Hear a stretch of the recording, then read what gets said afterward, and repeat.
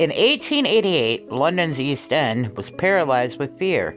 A killer stalked the foggy streets of Whitechapel, brutally murdering women and vanishing into the night. The world came to know him as Jack the Ripper, but more than a century later, a shocking theory emerged. What if the Ripper was an American? Jeff Mudgett, the great-great-grandson of H.H. Holmes, uncovered disturbing secrets about his ancestor, one of America's earliest and most terrifying serial killers. In his book Bloodstains, Jeff reveals he found personal journals and letters passed down to the family that hinted Holmes had traveled to England at the exact time of the Ripper murders. Jeff even claims Holmes confessed, within those pages, to committing murders in London. He believes Holmes was more than a con man and a killer. He believes he was the Ripper.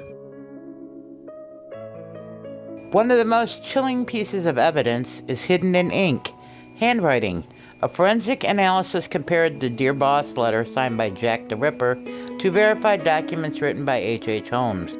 The similarities? Striking. Word spacing, slant, loop patterns, and letters? Not identical, but disturbingly close.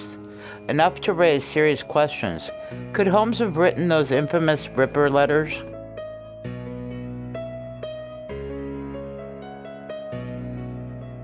According to Jeff Mudgett's research, a ship manifest lists a man using one of Holmes' known aliases traveling to the UK in mid-1888, right before the Ripper killings began. Even more suspicious, another document shows someone under that same alias returning to the U.S. shortly after the Ripper's last known victim was murdered. Did Holmes slip into London, commit an unspeakable crime, and vanish without a trace?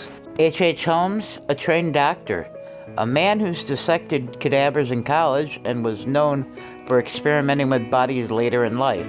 If the Ripper was a surgeon, Holmes fits that bill all too well.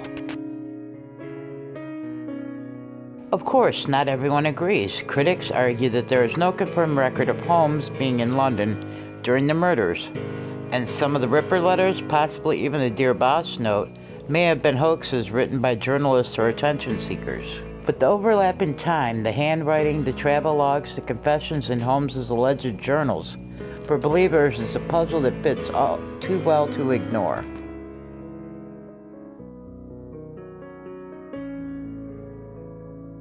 If H.H. Holmes and Jack the Ripper were one and the same, he wouldn't just be America's first serial killer, he'd be one of history's most elusive and global murderers. Two cities, one shadow. What do you believe? Next time on Murdered History, I'll leave behind the theories and focus on the facts. Who are H.H. Holmes' known victims? What really happened to them? And how many were there, truly?